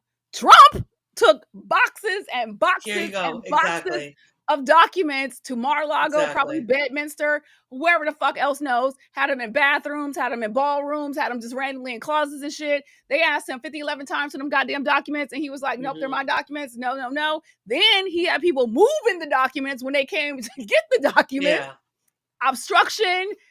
Potentially, yeah, some of them destroyed as well, I believe. Like, it was a lot. Trying to flush them down toilets and everything when he had fireplaces. There was a whole meme set about that. Like, and even now, present day, fucking fireplace trying to flush paper. Dummy. Present day, when he's interviewed, he says, "Those are my documents." He's like Gollum, like my precious, like right, exactly. He's like, "Those are my documents." He's like, I'm gonna make a family quilt out of these documents. Like, he was like, as soon as I say they're declassified, motherfucker. That's not how this works. So again, this whole farce was just again aggravating because I'm like, why the fuck are we doing this? This is again a waste of resources. So the insanity that is clearly happening on one side and other cats who are like, no, they need to be back in office. No, they don't. None of them. It's insane. Yeah. It's the one thing too is what I don't like. I don't know who he was trying to appease because you didn't give the Republicans what they wanted. And then it is a little confusing when all is said and done. My issue is, you are not a medical professional. Nobody sent you in there to assess this man's mental state. No, what you said is not admissible in a court of law because you are not a medical professional. Nobody cares about how you feel about this man's memory or how he's perceived by people because of how old he is. So fuck you. Nobody asked you for that. His memory is not part of any, look, Sarah, if any part of like qualification for like, can we charge this man? That ain't got shit to do with it. Exactly. Right? It had nothing to do with it. This is a matter of they don't understand prosecutorial discretion. Whether you like what the man said or not, what he basically said is, there ain't enough for me to fucking prosecute, and I'm not prosecuting, period. That's it. They can say, oh, you could do this, blah, blah, blah. Oh, he could be, da, da, da. He's like, neither side liked what he said, but the main takeaway point is, we're not prosecuting. There's not enough here. Nope. And we're not going to waste time. And, I don't agree with how he did it. And I think it was clearly a ploy to like help Trump. But if you wanted to credit his BS reasoning is like, he knew people would question him. So he gave his reasoning for why he made his decision. And that was that if I took this in front of a jury, Biden would appear sympathetic. Biden would appear basically like a bubbling old man, and no one's going to convict him. And as a prosecutor, I'm not wasting resources on him on this. And the real main point is that everything you already said. He operated completely differently from Trump. Trump is like holding those things. He's making like safety vests out of them. He's sending them to the Cayman Islands. You know what I mean? But Biden was like, here, take this. Oh my God, it's under a muffin on the saucer in my breakfast area. He's like, take everything, take everything, take everything. And so Pence, it really comes down and Pence. So that's all it really comes down to is who was operating in good faith, who had good intent, and him honestly just exercising his prosecutorial discretion to not go forward because there wasn't a good case there. And they just can't handle that because they don't even understand how this basic ass shit works. That's what was frustrating me the most is because I'm like, allegedly, you lawyer for a living. I don't lawyer anymore, right? Like Sarah lawyers, I don't lawyer anymore, right? But I do reading comprehension. I still got that going on. Okay, So when you're like you didn't prosecute because he would have seemed sympathetic, but I'm like, motherfucker, you didn't have the elements of your fucking of the crime. Like you didn't have the elements that you needed. So that's not, you did not prosecute because he's sympathetic. You didn't prosecute because you didn't have the shit in there to go with that a grand jury been like, oh, okay, yeah, this meets the issue. No, you didn't have that. That is ultimately why, that to me is ultimately why he did it, because that's the only logical explanation. So you knew there was no case here, but to cover your ass, you said this in order to throw Trump a bone. Like, hey, I couldn't prosecute him, but I made him look bad for you. Can I suck your dick tomorrow and get a position in your cabinet when you Yes. want? That to me is that's what really happened here. So, and Nadler said, just to be clear, this is Nadler's words, just to be clear, because so many people have taken your words out of context, the ultimate conclusion was that President Biden cannot be charged because you could not find sufficient evidence to charge him. Okay, moving on. Yes. Right? Like this was an exercise in fucking dumb shit. Per usual. But I'm sorry, I just need to say this though, like again, as somebody who's practiced in multiple areas, them not having what they need to charge somebody does not stop prosecutors all over this country every day from charging people. So that's why I bring up the part of prosecutorial discretion, because yes, you can say he didn't even have enough there, but it, like, plenty of prosecutors say, well, there's not enough, but there's just enough for me to still prosecute and spend months in court and waste people's time and make people plead to stuff that they don't need to plead to and this, that, and the other thing.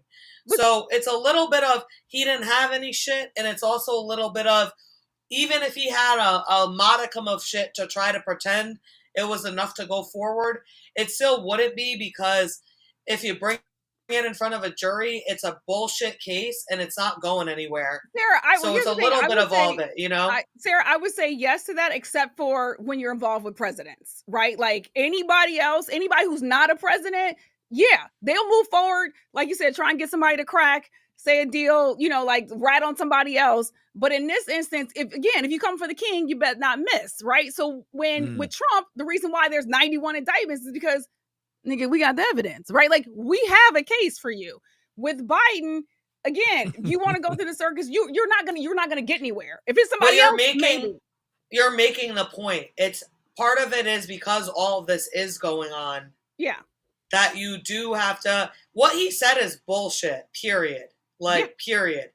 But if he had said it differently, you have to say something because of what's going on. And if you don't say anything at all, everyone, like these Trump people, are just going to say, oh, he's colluding with Biden. He's part of the Biden. You know what I mean? So what he said is bullshit. But at the same time, think about it this way. If both sides are upset, some people might say he said what he needed, right? Because, like, no one's actually really happy with him, right? It was editorializing. I'm just like, you were gonna get shit regardless. So just regardless, like keep it to textbook. Keep it to like. He should have kept the textbook outside. He should have. So Tony said he's trying to get a spot in the Trump ad. So we all that part. So like Tony said he wasn't willing to perjure himself in that setting. He could write a hit job and get away with it. But speaking on the record before Congress was his Rubicon. Yeah. I mean, true. Yes, and everybody agrees. Kristen said, like, as a sidebar, whole DOJ should have been clear when Biden became president, but that's for another day. Because he's not doing what Trump's doing, Kristen, where Trump comes in and says, You're all fired. Re-sign your pledges of allegiance to me, and we'll consider your position. Like, yeah, and like, look, just since we're on this, and then we're gonna move on because everybody is mad at Merrick Garland because all these cases came forward late.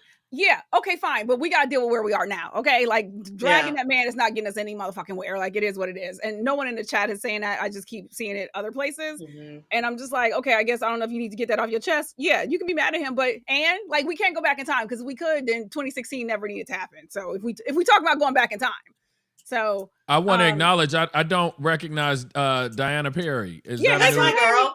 What's okay. Hello, welcome. Welcome to the chat. Welcome to It's my East Coast people, late night, you know. Nice. Babies woke them up, they coming Thanks through. for watching. Yes, absolutely. All right. So speaking of all this chaos, Representative Ken Buck said, "Fuck it, I am out." So he's out of Colorado. Last fall, he said he was going to retire at the end of his term, which would have been the end of this year. But this week, this motherfucker, like, he didn't tell Mike Johnson shit. He called him 30 minutes before we knew and left this motherfucker a voicemail. A voicemail. That's my favorite part. Dude's like on his way to the chambers and he's leaving him a voicemail that you know he ain't gonna fucking hear. Like, you ain't supposed to break up with people over voicemail. No decorum. Even when it seemed like he acting like he's, you know, got some sense, he ain't got no fucking decorum. He's like, text and block. Right. But that's why. Why should he have decorum when these motherfuckers don't? I know. And they're acting like crazy people. He's like, you know what? He walked in, he said, like, I made the analogy for myself. I was like, it's like, you know what? I said we was going to separate in a year. You know, maybe we can still try and work things out. You know, like, I'm going to just stay in the house until, you know, and just see where we are at the end of the year. This motherfucker said, you know what? You ate my last donut. Fuck you. I'm out. Yeah. Like, I'm packing up my shit. The U-Haul's outside. It was the way he characterized it too, because instead of just saying, yeah, you know, blah, blah, he was like, just the worst fucking year of my entire life. It's bullshit. Bickering, bullshit. I'm not participating in it. I'm not a clown. I don't need stupid prizes. He's like, it's a circus and I'm too fucking cute for all this. I don't need to waste my time on this. I don't need to be spending my time he was like, fuck these niggas. Like, he said this place has just evolved into this bickering and nonsense. It's the worst year in 40 to 50 years to be in Congress. Yeah, not nonsense. That's an old school one. So much. It's a bunch of fucking tomfoolery and nonsense. Oh my god. Shenanigans. Oh my god. Yeah, he was over it. He was like, I'm not doing this anymore with you niggas. So, and today he hinted that there could be more resignations. So he was asked by Axios whether he was coming under pressure from his colleagues over his decision to resign. He said, I think it's the next 3 people that leave that y'all need to be worried about. Oh, he gave a number? Well, because here's the thing. So right now they have, with him leaving, it's going to be 218 for the. Oh yeah, and if they get to, because the Dems got 213, right? Correct. Yes. Ooh. So to your point, Antoine, closing the gap. Okay, right. So to your point, Antoine, what you said about the normies, right? The norm Republicans, or as Nicole Wallace would say, those still on Earth One. Like, they're like, I'm done here. Like, I will not. I refuse to continue to be a part of this circus. And so actually earlier this month, Buck said, I'm not going to lie on behalf of my presidential candidate, on behalf of my party. I'm very sad that others in my party have taken this position that as long as we get to the White House, it doesn't really matter what we say.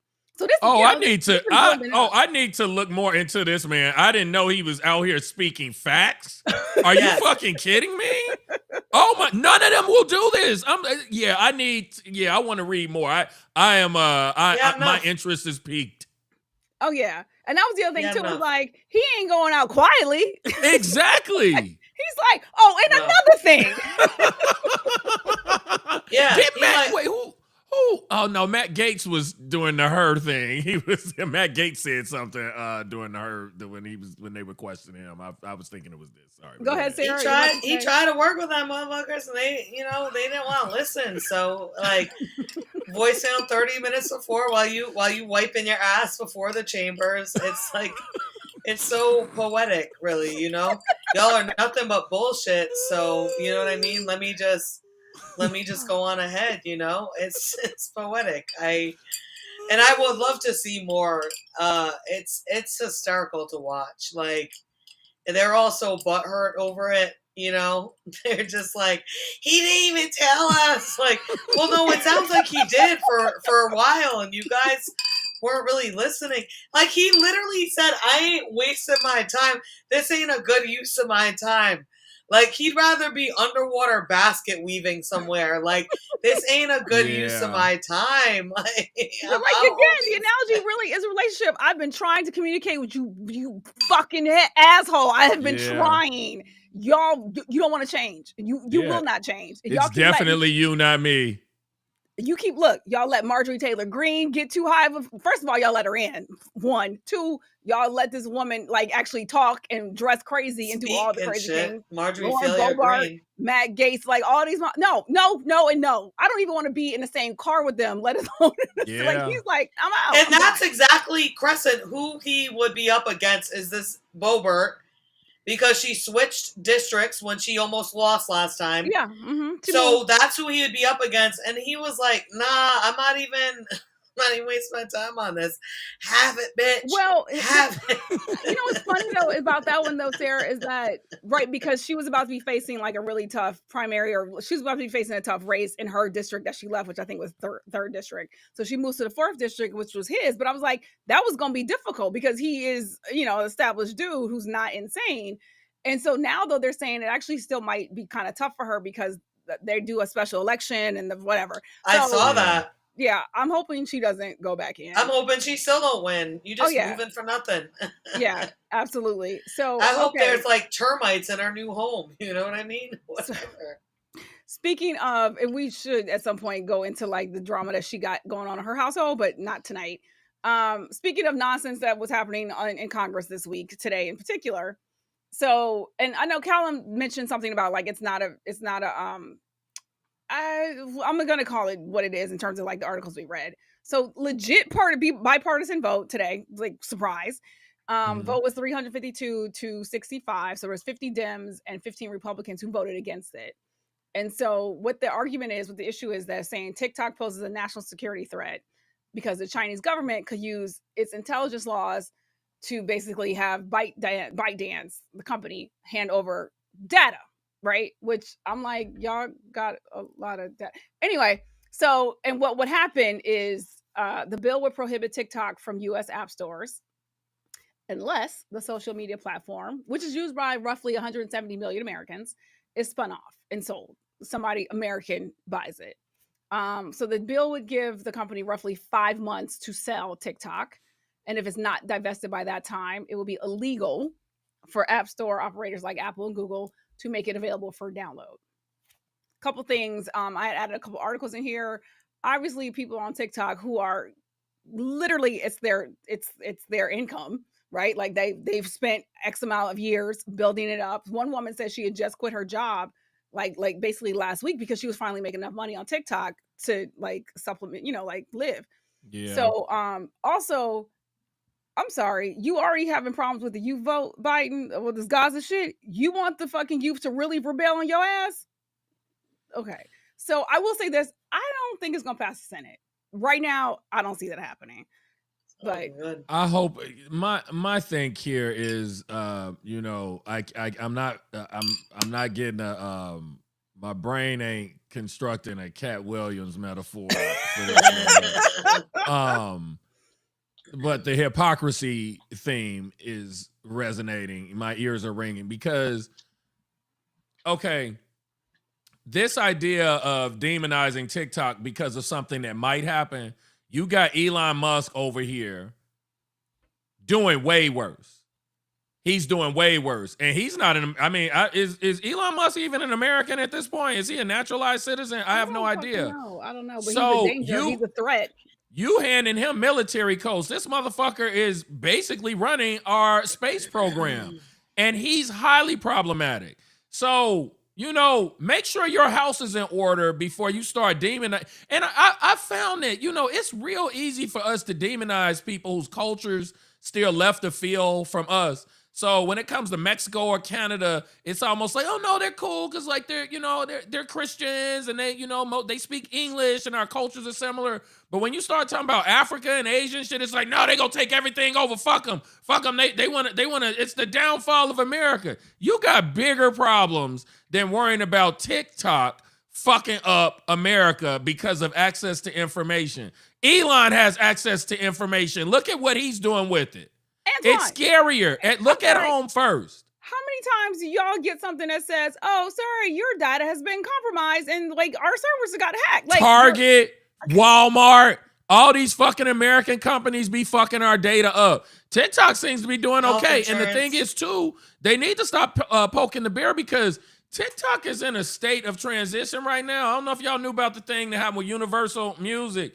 Universal Music took TikTok to task because when TikTok started, they had a contract. Universal Music is the biggest music company on the planet.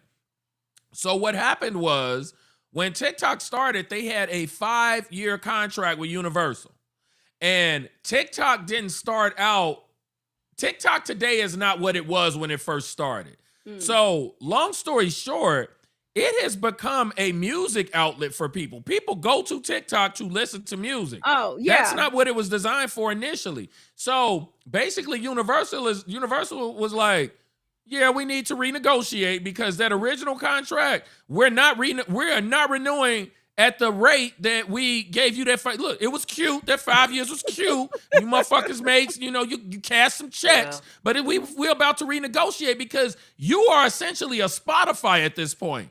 And TikTok was like, nah, we don't agree with that. Universal said, bet. So if you go to TikTok right now and you try to play a TikTok video that has Beyonce, Taylor Swift, anybody, those videos are silent. Yeah. So what I'm saying is young people already kind of like, y'all fucking with our favorite right now. And then you go put the government is going to participate. They need to leave it alone. They need to leave it. I don't feel threatened by TikTok. And I don't think anybody else should be. This is a political move. I don't believe it is truly about the Chinese government taking over America via a fucking music and dance app. I don't believe that for a minute. To people who are xenophobic, this speaks to them, and we have an election coming up. That is what this is truly about. It ain't got shit to do with TikTok. Also, and then Sarah, I'll jump to you. Also, I think a part of the bill is it would allow basically an automatic shutdown if any other app that they feel is threatening. Like that's in there too. Yeah. Right. And so like that was one thing AOC said. She was like, first of all, this bill was rushed. And then other people are like, look, I'm sorry, censorship. You know what I'm saying? Like, this is not the way to approach dealing with this if there's a legit concern about it. Sarah, were you about to say something? Because I have more. There's basically two sides of me on this. And I'm not sure which side to start with. So start with one side because I got to pee. So we got her. Go. Yeah. So side one is that all that where's Kate Middleton business was getting to me, and I started watching TikToks yesterday, and I'm not on quote unquote on TikTok on the TikTok app, but like I'd be clicking on the links and watching like what's linked through. So I'm like in the midst, I've only watched about 2 TikToks, and all of a sudden, Chinese government's taking over my phone, allegedly, whoever it was, and all of a sudden I got Steve Harvey audio clips popping up on my phone going, a Trump presidency isn't that bad. I was real creeped out, y'all. I'm minding my own business at home. All of a sudden my phone's telling me to vote for Trump and stuff. Okay. And it happened more than once. And I was like, there's nothing open right now for this clip to be playing. And obviously I was calling it the Russians, but I'm like, nope, wrong country. It was the Chinese. They're up in my phone. They're trying to brainwash me. That's side one. Side two is like, hey, militia, what up? If we all throw down enough money, we could be the ones to buy TikTok from China, and we could be the ones to make money off this shit. So let's get that GoFundMe going. Now you talking crazy.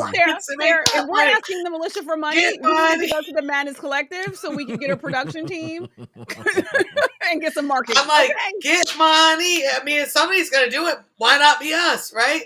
Well, so those are my two sides. They're absolutely brainwashing us. They're stealing. We need a tinfoil helmet. The other side is like, if somebody's gonna make money, why not us? Okay, those are two conflicting sides. To that point, in terms of like it being sold, so that now that comes my next concern, right? Because we see what has happened with Twitter when Elon bought it, right? So yeah, don't nobody need that shit again. And that's like, hey fam, cousin said, no, yeah, we want Elon, the good stuff. No, Elon, you can't have it. Exactly. And then Karen's like, Facebook buys TikTok. We don't need that kind of monopoly. Which is yeah, like that's why we get it instead of Facebook. Okay, Sarah, I don't know how much money you think we're gonna raise, but I like the optimism. Okay, I'll say that, right? Kevin O'Leary from fucking Shark Tank was saying something about maybe trying to buy it. I'm like, honestly, none of that makes me feel good either. Like, it doesn't. There needs to be another fucking option. And then look, Tony said, I need common sense to reign. Like 99.99999% of the data that they're worried about. Exactly. Also, I met a guy who works at somebody's tech something security, and he was like, here, look at your phone. He told us he took us through all these steps to look at some shit, and it was like every place you've been was listed. Yes. So I'm like, if you got a motherfucking smartphone, or again, maybe your fucking teenage friends, like nerd hacker dude, you can get the information you need. Like, this is nonsense. Yep. Y'all are wilding. And again, as people have been saying, I said, you really want to lose the youth vote? Keep fucking around. Okay, keep fucking around with TikTok. That's what's scary. That's what's scary. Wait, sorry. I was gonna say, Wait, Kristen said, wait, we're not talking about Kate Gay tonight. No, I have some more. Stuff. But the last thing, some of this guy that's on Twitter named Keith Edwards said, to avoid being banned, TikTok should simply rename itself to AR-15. I was like, facts. So I added Don Lemon's new show because we talked about it. Was that Monday? Last Friday? No, it was last week. We talked about it. That was Friday. Right. So, we mentioned, hey, Don Lemon got this big ass check from CNN, and then he was announcing a new show that was going to happen on X, Twitter. Which we all felt weird about. I mean, just did not feel right. Like, at all. Yeah. It just did. Something seemed off. Completely. So, right. So, lending credence to, again, like how fucked up Twitter is now, Elon buying it. So what we learned today is that show has been canceled already, right? Hold on, I do have a banner. Where'd it go? Yeah, grand opening, grand closing, and we didn't even have a grand opening. So in a statement posted on Twitter today, Twitter X, Don said that Musk was upset about an interview that he did with the broadcaster on Friday, and basically he said it was testy. So it was a clip that aired on CNN. He appears to bristle. Elon appears to bristle after Don asked him about hate speech on X and whether he feels any responsibility to moderate content. Elon says, I don't have to answer questions from reporters. Adding that he wouldn't have agreed to be interviewed by Don if the broadcaster didn't have to deal with X. He was like, I'm criticized constantly. I could care less. So Lemon said the interview will still be available to watch on YouTube and X. Elon said, if life gives you lemons, throw them damn lemons in the garbage disposal and flip the button. So it's just going into what can happen. Like, if somebody buys something and this shit is just, I'm not comfortable with anybody buying TikTok right now. Like, this is, Twitter is a good example of how wrong this can go. Yeah, and you know what? And Don, the crazy thing about it is this was the best thing that could have happened for his show, because a lot of people are like, but now, I'm definitely watching his interview with Elon. And if he puts the show on YouTube, he'll make goo gobs of money over there and he'll be in control of it. So, that You're just competing against us, so watch out, bitch, Well, look, Don became black for a period of time while Trump was in office. And then I don't know where he's at now. And, kind of on the spectrum of blackness. So we're not going to talk about the same things. I think at this juncture, like as far as I don't think he would want to pivot to another network. He probably wants to try something different. And didn't he get like a $24 million payout? Yeah, he did. He ain't hard up for money. No. And you know what? He's a homosexual with no kids that I know of. That money will last him a long time. So he over there sharing God kids with Elton. I think he subsidized some of these God kids. Yeah, I think at this point he just wants the freedom to, do his own thing, and the way to do that is on the streaming service. So yeah, I think he'll do okay. And if he's on YouTube, he don't have to be censored. So we're wrapping up, but before we do, I do want to mention a couple more things about Kate Middleton, and we did talk about it Monday night. So Kristen asked about it. Yeah, so Monday night, I forgot what part of the show, but at some point we're gonna add chapters and make it easier to find shit. Promise. Yeah, that's my fault. If you look at some of the older episodes, I did add the chapters, but actually, I was going to talk to you about that because I can help do that. So cool. So okay, so right now though, what'd you say, Sarah? So we'll discuss that offline. Yeah. But look, the Mads Collective, y'all know look, welcome. Okay. Oh, I'm sorry. Bilal did ask. He was like, "Do I keep hearing a glass clink and some and ice?" Yes, you do. Is that my song? I mean, I have something. Let's just give shout out to Apple because the microphone works really well. I mean, let's celebrate what's there. Heard a treat bag clinking. Well, next time I won't use that strong glass situation. It's all good. Look, the liquor gotta stay cold. I feel you. It's kind of like the clinking from Get Out. We all need a reminder because we all need to leave the country soon. So think about it as my way of keeping y'all all safe. Whatever it needs to happen. So about Kate. So like I said, and honestly on Monday I added it like kind of not last minute, but like midday. I was like, we have to talk about Kate because it is consuming my timeline. And so everybody's weighing in now. MSNBC was talking about it today. The late night talk shows have been covering it this week. I saw this tweet that said, it's from somebody named Nate Bear. He said, if you're interested in the Kate Middleton story, the Spanish press are reporting her operation wasn't planned. She was in a coma, intubated, and at one point, doctors feared she would die. The Spanish press are saying that there is a blackout in the UK media on it. And then one of the responses to that tweet said, the Spanish press got it right about the 1918 pandemic when no one else did. Oh, shit. Spanish flu. The fuck? So, wait. The fuck? It's wild. It is so wild in these streets right now. And then I saw a tweet right before we started that said, if I was Kate Middleton, I would tweet, they got me, and then log off. And then the last one I saw, I literally just saw these right before we were like getting started. Quote, I have not spoken to the president about Kate Middleton, said the press secretary. She was like, please don't. Oh my God. Why is the White House press corps in here asking about fucking Kate Middleton? Y'all are wildin'. I don't know. The people want to know. Look, I'm telling you, I was in the midst of conspiracy theory videos on TikTok until that Trump propaganda entered my phone and just creeped me out. But I'm telling you, there's people are saying she's been in a coma since December 28th. That's word on the streets. This bitch been in a coma. I mean, there's a lot of stuff floating. Like, people do not trust any of this. All these doctor photos. Everyone's trying to figure out if she's okay. Why are y'all putting out doctored photos? If everything's fine and you know how the press works, why aren't y'all putting out some kind of real something to be like, she's alive and well, she's not in a coma, we don't have her at Guantanamo Bay, she's somewhere safe. Like, what is going on? And everyone is nervous. So to that point, Sarah, one thing I saw said, yes, to just shut all this down, just either she's super vain and just refuses to be seen on camera without like looking some kind of way. But also people pointed out after every single kid, the very damn near next day, they had this bitch on the step with the baby like, hey. And look, I will never forget this. I was watching, it was one of, I don't think it was Chelsea lately. It was one of, because Chelsea Handler has had multiple iterations of shows since Chelsea lately went off the air. Yes. So it was a weird thing. She was doing basically this late night thing, and it was a situation where they would display photos. So It was Kate after she had the first baby, and I will never forget this for the rest of my life. This picture flashed up, and they were like, yeah, she's back out in front of the cameras, and Chelsea was like, is she still pregnant? I'm confused. Because her stomach had not, she pushed the baby out and went, she ain't got a chance. And it was like she didn't care.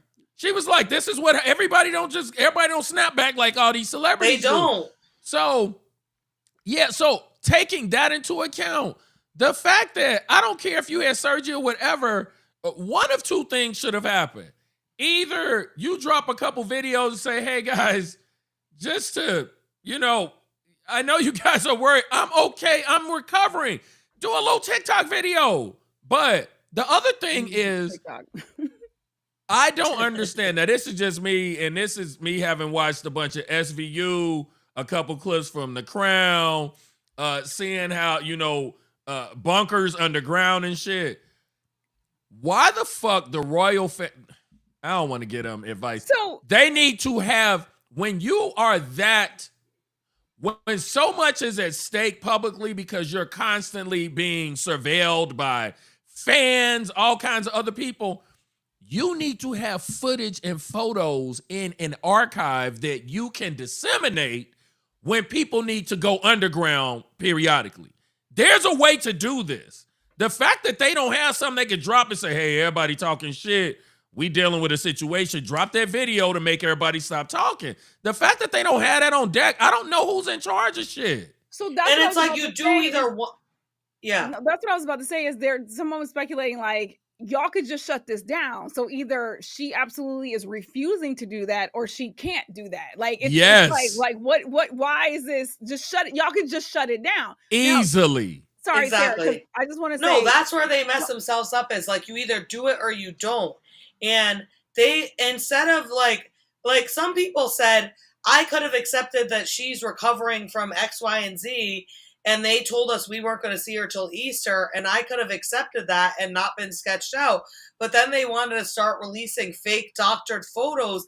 That's what's got everybody suspicious, because it's like, either you shut the hell up and you let everybody believe she's recovering and she's not trying to be in the media, and we all take that for face value and wait till Easter and shit, or you don't. But you don't come in some middle ground where you're putting out weird doctored photos that like all the internet sleuths can say, this brick mortar is different in this than the brick mortar, and also here's the photo of Pippa where this originally came from. They got all kinds of conspiracy things out there because they didn't want to pick choice A or choice B. They picked choice AB negative, and it's not working out for them.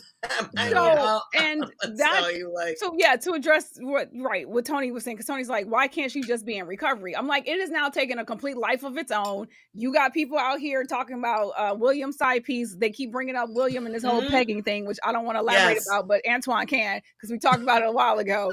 And look, sorry, Danielle, because Danielle and I talked today. She was like, I hadn't heard about it. I was like, oh, no. Pegging and William has been circulating for a minute. Antoine, if you want to explain about pegging. So it has become fodder for the general public because Ryan Reynolds mentions it in the Deadpool trailer. See? He says, like, these agents come, he's having a birthday party, these agents come to the door, and he goes to the door like, hey guys, what's up? And they're like, we finna fuck you up. We've been looking for you. He got a cute wig on and everything. And they've got these nightsticks. And, he breaks the fourth wall and he turns and looks and he says, pegging might not be familiar to Disney, but it is to me. And then he goes and looks at the people coming to fuck him up again. So pegging. Tell the people. Pegging is when straight men like to be penetrated anally by dildos. So a perfectly heterosexual couple, the wife puts on the strap on and fucks him with the strap on. That's what pegging is. Pegging is getting fucked in the ass by a dildo in a heterosexual setting. Because I guess when gay dudes use them, it's just having gay sex. But when straight dudes do it, it's pegging. It has a whole new name. So this was circulating a while ago. Like, I think, in fact, correct me if I'm wrong, Antoine, I thought it first came up basically when they started like fucking with Harry and Meghan. And so people online were like, oh, okay, let's talk about what I heard about William. That's when I thought it started circulating. It has been it trends every now and then. It'll say Prince of Pegging or like yeah. I don't believe any of. Well, you know, I can't speak on. Let me put this. It's just interesting. There. Like again, right? Allegedly, but it's interesting when it does start to trend, and it seems to be like when either they're going after Meghan and Harry, or when some other crazy shit is going on. They're like, oh, let's talk about some crazy shit. Huh, William and Peggy. So it's just again rumors. So, I think too. What for the sake of clarity, when some of particularly women who have dated black men, like maybe Amber Rose, don't say hide your kids. When Amber would remember Amber and Kanye were getting a little brolic with one another online because Kim entered the chat and it'd be these memes that would be dropped. And one time Kanye said some shit about Amber, and Amber called him she said, you old fake ass finger in the booty like an ass nigga. Because people associate anal sex with homosexuality. So I just want to be clear here. Yeah. Men who like to be enjoying anal stimulation has nothing to do with sexual preference. Just imagine this. Your sphincter can tell whether there's air coming out, poop coming out, fluid. It can detect all that. So you have a lot of nerve endings in your sphincter. And wherever you have a lot of nerve endings, that area can be manipulated for the sake of pleasure. So that's why pegging is not, a guy that likes to be pegged is not necessarily homosexual. Just wanted to clarify that. There you go. I'm sorry. Kristen said something about like the how the press is. Yeah, keep trying to bring Harry and Meghan. Crescent can't even find her footing right now. I can't. Also, look, speaking of sensations, I really need to pee, so we really need to wrap this up. But I just wanted to highlight. So there's a chick. I think she's married to Piers Morgan. Bleh. So an article from the Telegraph. A title says, Meghan can't demand privacy for baby Archie while asking the public to fund her family's lifestyle. Mm-hmm. But a recent headline says, the shameful speculation about the Princess of Wales' health has to stop. Yep. Gee, wonder what the difference is. Yeah, one is a nigga and the other one ain't. So, and then someone else said, Meghan needs to speak up on behalf of Kate. Are you fucking crazy? Y'all ran them up out of fucking England. Yeah. Deal with it. They're so wild out here.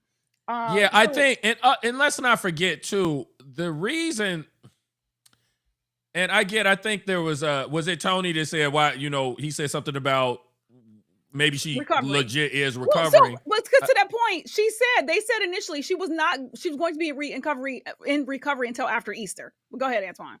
Which again, that was strange to me because the type of whatever it was she was going in for, it did not give incapacitated for 4 months. That's just not what it was giving. So yeah, you don't have to put all her medical, her medical records are private, but from jump, just, hey, she's going in for a procedure and y'all won't see her for 4 months. That's just strange for the royals to behave that way. That is what sent everybody into a tailspin. Because for the average person, yeah, it's like, oh, I'm going in for hip replacement surgery.